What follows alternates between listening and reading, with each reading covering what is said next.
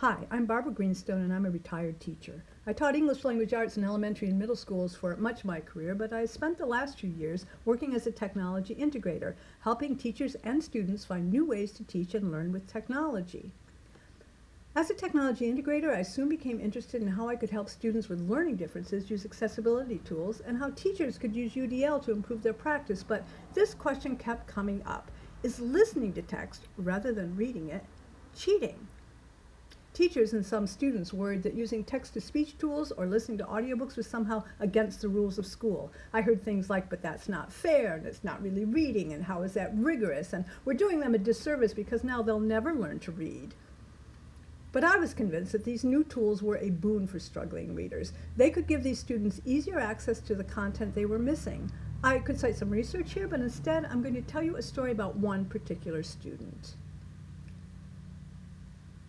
This boy was born in the 80s, an only child of two teachers who were both avid readers. He grew up in a home where he was surrounded by books, magazines, and newspapers. His parents read to him every day from the day he was born, talked to him a lot, and engaged him in interesting activities.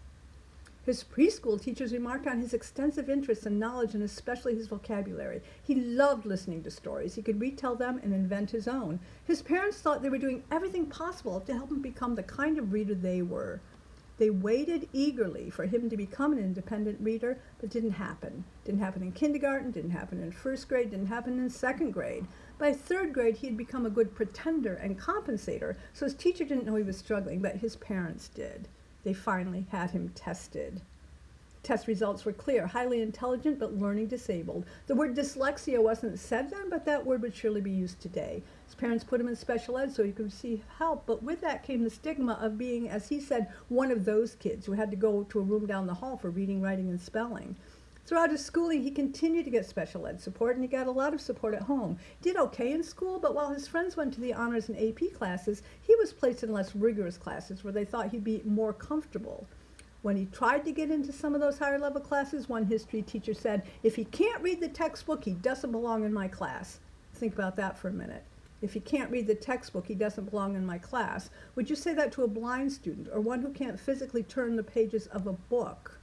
Fortunately for this student, he was in high school in the early 2000s when iPods were new and cool, and his mother bought him one. With an Audible membership, he could download audio versions of some of the books he needed for his classes. And when you're connected to that cool little white box, no one knows you're listening to The Great Gatsby.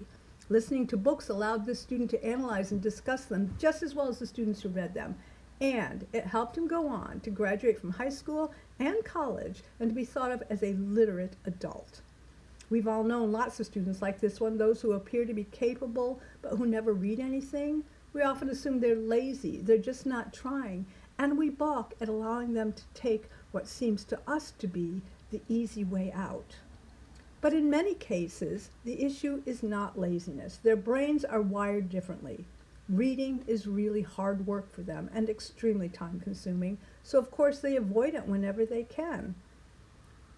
So, back to my original question. Is listening cheating, or is it allowing these differently wired students to get the same content that the skilled readers in your classes can easily access? A paper published in the Journal of Neuroscience described a study where the subject's brain scans showed the same activity when they were reading a story as when they were listening, suggesting that, quote, "The representation of language semantics is independent of the sensory modalities through which the semantic information is received." In other words, our interpretation of language does not depend on whether we receive it orally or through text. Just to be clear, I'm not suggesting students don't need reading instruction and that we shouldn't do everything we can to help all students improve their reading skills.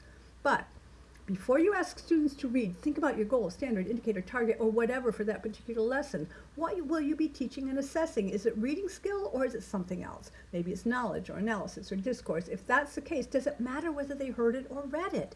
So, if I've convinced you that listening is not cheating, start giving students that choice. Ask your special ed department about Bookshare and Learning Ally for students with print disabilities. Ask your librarian about how you can make audio books available for all students. And remind your students about text-to-speech features built into their devices. And about that student, those of you who know me know he's my son Andrew, and it's his artwork you've been admiring.